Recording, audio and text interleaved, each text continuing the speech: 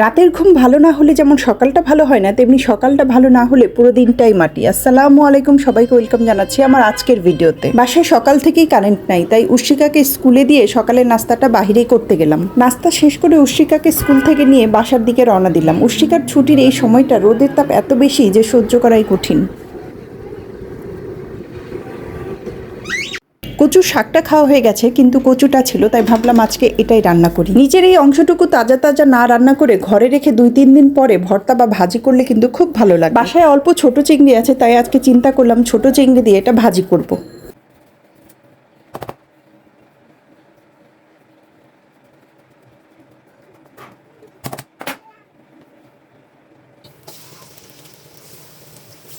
এজন্য কড়াইতে তেল দিয়ে পেঁয়াজ, কাঁচামরিচ আর রসুন কুচি দিয়ে একটু ভেজে নিয়ে তাতে চিংড়ি মাছ দিয়ে দিব।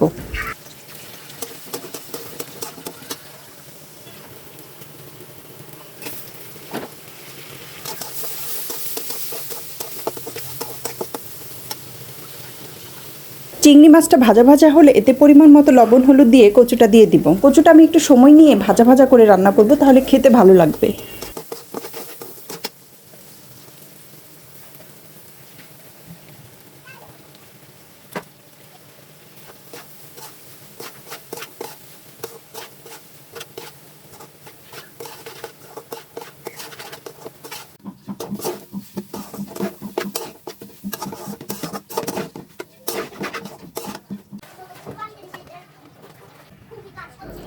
আমি এখানে বেগুন আলু দিয়ে ছোটো মাছ চচ্চড়ি করব, এর জন্য হাত দিয়ে সব কিছু মাখিয়ে নিচ্ছি।